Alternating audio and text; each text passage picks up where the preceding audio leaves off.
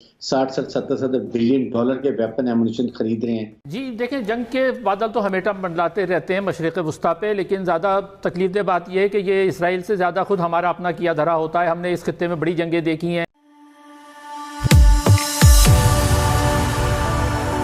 जय हिंद दोस्तों, मोदी देश में आपका स्वागत है। आज पाक मीडिया बात कर रहे हैं कैसे इजरायली आर्मी चीफ ने ईरान को सामने रख के धमकी लगाई है कि ईरान को हम और ताकतवर नहीं होने देंगे और ईरान को एक न्यूक्लियर पावर होने भी नहीं देंगे हम, और इसके लिए हम ईरान पर दबाव बनाए रखेंगे। इसके बाद पाकिस्तानी मीडिया बहुत ही घबरा गया है, क्योंकि इजराइल के आर्मी चीफ के इस बयान से पता चलता है कि इजराइल ईरान के खिलाफ कोई कदम उठाएगा, और अगर इजराइल ने ईरान के खिलाफ कोई कदम उठाया तो ये पाकिस्तान के लिए बहुत ही खतरनाक साबित होगा, क्योंकि इस रीजन में अगर जंग हुई तो इसका इफ़ेक्ट पाकिस्तान पे ज़रूर पड़ेगा।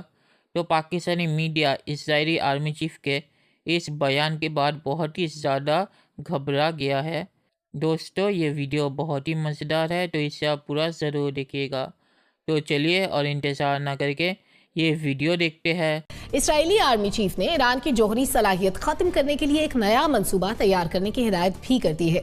इस्राएली आर्मी चीफ ने कहा है कि ईरान पर दबाव बरकरार रखेंगे। ईरान के पास एटम बम बनाने की सलाहियत किसी सूरत नहीं होनी चाहिए। एनबीसी, आपका तज्जिया क्या है? अब मेरा ख्याल ये है कि इसराइल को खुद अपना हिफाजत करना पड़ेगी। अब जो नया एक नक्शा बन रहा है मशरिक़ वस्ता में, वो इसराइली मुफाद के मुनाफी है। मतलब सऊदी अरब कतर से बात कर रहा है, कुवैत से बात कर रहा है, अपने उन दुश्मनों से दोस्तियां कर रहा है जिन पर वो हमला करने वाला था, और ईरान पर उसका दबाव कम हुआ है क्योंकि ट्रंप साहब जा चुके हैं और वहाँ डेमोक्रेट्स अभी तक क्लियर नहीं है। डेमोक्रेट्स इस बात पर भी तैयार हैं कि जो पुराना एग्रीमेंट था ईरान से उसको बहाल किया जाए।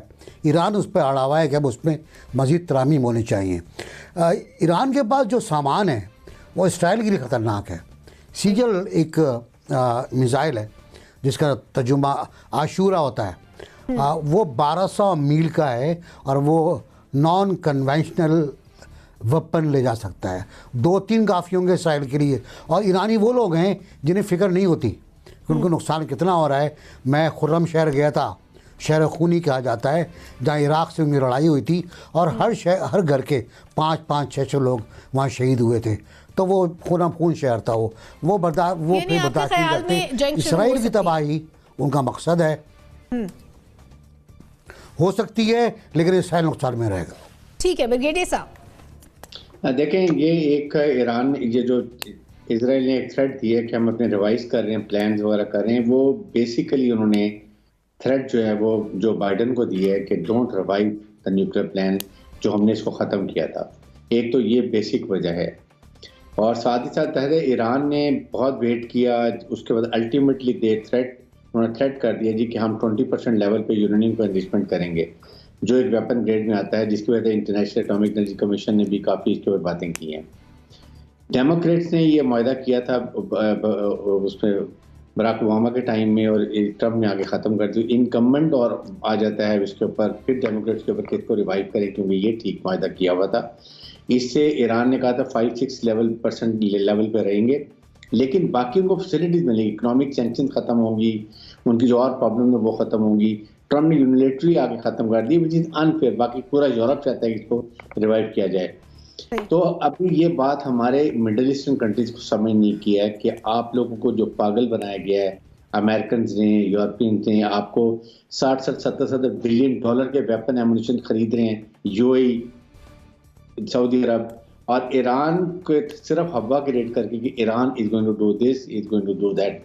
तो इसलिए Iran is a strong military power, they very hard nuts, और उन्होंने काफ़ी तैयारी की हुई, अपना वर्क भी किया हुआ है। तो ईरान को रोकना आसान नहीं होगा।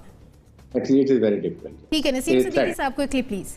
सलमा देखें, जो बाइडन की हुकूमत के आने से इसराइल को बहुत बड़ा धचका लगा है, क्योंकि इसराइल ने मिलकर ट्रंप के साथ जो जो मुआहदे किए थे और वो जिस पेस पे जा रहे थे, उन्हें पूरा यकीन था कि ट्रंप अगले 5 साल भी एज अ सदर गुजारेंगे। लेकिन जो बाइडन के आने से उनको ये शक्को को शबात पैदा हो गए इसराइल को कि जो मुआहदे ट्रंप दौर में हुए थे, कहीं वो नरमी ना ले आए ईरान के साथ।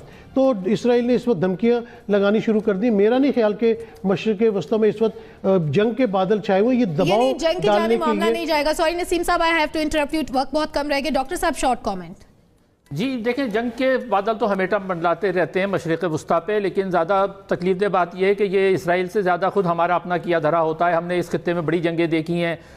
ईरान और इराक़ की 8 साल जंग वो इसराइल ने नहीं करवाई थी, हम ही लड़ते रहे। फिर इराक़ ने कुवैत पे कब्जा कर लिया, वो भी मुसलमानों की अपनी जंग थी। अब जो यमन में हो रहा है, सऊदी अरब और ईरान प्रॉक्सी वॉर लड़ रहे हैं, वो हम ही आपस में लड़ रहे हैं। तो मुख्तसर ये है कि इसराइल का खतरा बहरहाल अपनी जगह पर है, जंग का खतरा भी है, लेकिन ये हमारे मुस्लिम ममालिक के लिए एक लम्हा फ़िक्रिया है कि हम आपस में ताल्लुकात बेहतर करें। ठीक है, बुखारी साहब। जी वही बात कि एक तो ये मैसेज किया नई अमेरिकन एडमिनिस्ट्रेशन को, दूसरी बात इसराइल जो है हल्के से जो प्रॉब्लम क्रिएट कर रहा है सीरिया में, इरानियन जो वहाँ पे इंटरेस्ट है उनको टारगेट करके। तीसरी बात, ये जंग नहीं करेगा, इसराइल अटैक कभी नहीं करेगा, चूँकि ईरान दुनिया के 10 बड़े ममालिक में से हैं जिनके पास बेस्ट मिसाइल टेक्नोलॉजी है। तो इसराइल को दूर से आना पड़ेगा, ईरान के बंदे जो लेकिन जंग का खतरा मौजूद है। बुखारी साहब, आपने भी नो का ऑप्शन लिया, इसके साथ ही चलिए दोस्तों, इस वीडियो पर बात करते हैं। तो पाक मीडिया जो है कहानी सुना रहा है कि ईरान पर दबाव कम हुआ है और इसीलिए इसराइल के आर्मी चीफ ने ये बयान दिया है। ये पूरा झूठा है। सऊदी अरेबिया ने और दूसरे गल्फ़ देशों ने इसराइल के साथ दोस्ती इसीलिए की ताकि वो इसराइल से एडवांस टेक्नोलॉजी ले सके ईरान के खिलाफ इस्तेमाल करने के लिए। तो पाकिस्तानी मीडिया जो कहानी सुना रहा है कि सऊदी अरेबिया तो ईरान से दोस्ती करना चाहता है, ये सब पूरा झूठा है। और पाक मीडिया जो कह रहा है कि ट्रंप के जाने के बाद ईरान पर दबाव कम होगा क्योंकि बाइडेन ईरान के साथ दोस्ती करना चाहता है और जो न्यूक्लियर डील है ईरान के साथ उसे फिर से करना चाहता है। तो पाक मीडिया ने यहाँ पे पूरी कहानी नहीं बताई।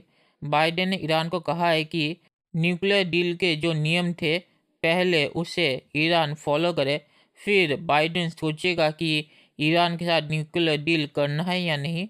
और बाइडेन ने यह भी कहा है कि ईरान से फिर से डील करने से पहले वो सऊदी अरेबिया और इसराइल से बातचीत करेंगे, और सऊदी अरेबिया और इसराइल ईरान के साथ न्यूक्लियर डील के लिए कभी मंजूर नहीं होंगे। तो बाइडेन ने इस तरह से ये बोल दिया है कि ईरान के साथ जो न्यूक्लियर डील है वो कभी भी कामयाब नहीं होगा। तो पाकिस्तानी मीडिया यहाँ पे बिल्कुल ही गलत कह रहा है कि ईरान के ऊपर दबाव कम हो रहा है और इसीलिए इसराइल के आर्मी चीफ ने बयान दिया है। ईरान के ऊपर दबाव कम नहीं हुआ। बाइडेन ज़्यादा बातचीत नहीं करता, वो अपने एक्शन के ज़रिए बोलता है कि वो क्या करेगा। ईरान पे बाइडेन ज़्यादा सख्त बातचीत नहीं करेगा ट्रंप की तरह, पर ट्रंप की तरह अपने एक्शन वो जारी रखेगा, क्योंकि ईरान के ऊपर ट्रंप ने जो सैंक्शन लगाए थे बाइडेन ने अब तक वो सैंक्शन नहीं हटाए। बाइडेन अगर ईरान से रिश्ते अच्छे करना चाहता तो पहले वो सैंक्शन हटाता, पर जब उसने वो सैंक्शन ही नहीं हटाए तो इससे पता चलता है कि ईरान पर बाइडेन का रवैया भी ट्रंप की तरह ही होगा और ईरान के ऊपर दबाव कम नहीं होगा, ईरान के ऊपर दबाव बढ़ेगा, क्योंकि इसराइल और सऊदी अरेबिया एक साथ मिल गए हैं और सऊदी अरेबिया और ईरान की दुश्मनी बहुत ही पुरानी है। उसके डिटेल में मैं नहीं जाऊंगा क्योंकि वो बहुत ही बड़ा हो जाएगा। तो पाकिस्तान मीडिया यहाँ पे बिल्कुल ही गलत कह रहा है कि ईरान के ऊपर दबाव कम हो रहा है। सऊदी अरेबिया, कतर और टर्की से रिश्ते अच्छे ज़रूर कर रहा है, पर वो ईरान की दुश्मनी नहीं छोड़ेंगे। और पाकिस्तान और ईरान की जो दोस्ती है उस पर भी सऊदी अरेबिया नाराज़ था और सऊदी अरेबिया ने पाकिस्तान को ये चीज़ बोली भी थी। तो ईरान और सऊदी अरेबिया के रिश्ते बहुत ही ख़राब है, तो इसीलिए मुझे नहीं लगता कि वो दोस्ती करेंगे ईरान से। और इसराइल और ईरान के रिश्ते तो कभी अच्छे होने वाले नहीं हैं, क्योंकि ईरान ने कहा था इसराइल को हम तबाह कर देंगे। तो यही अभी हालत है, ईरान के ऊपर दबाव कम नहीं होगा।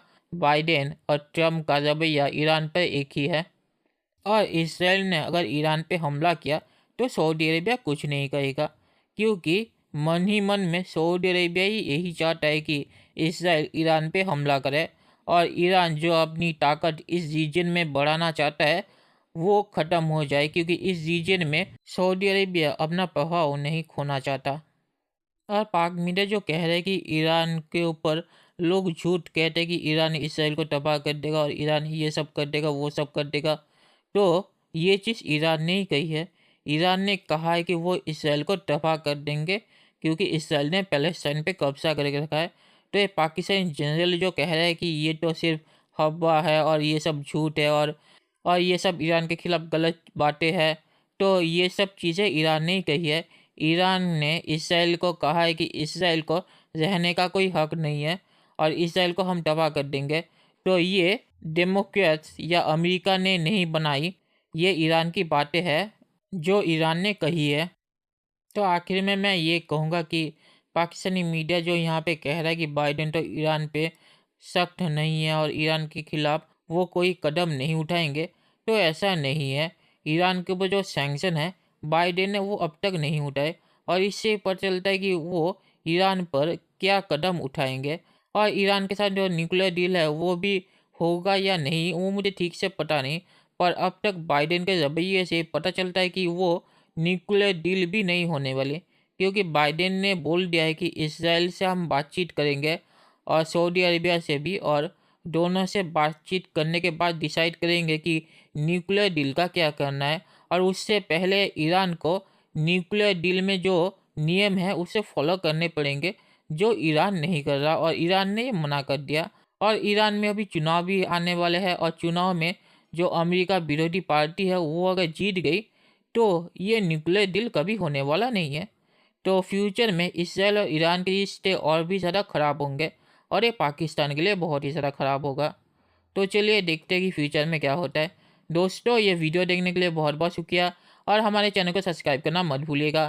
Thank you very much.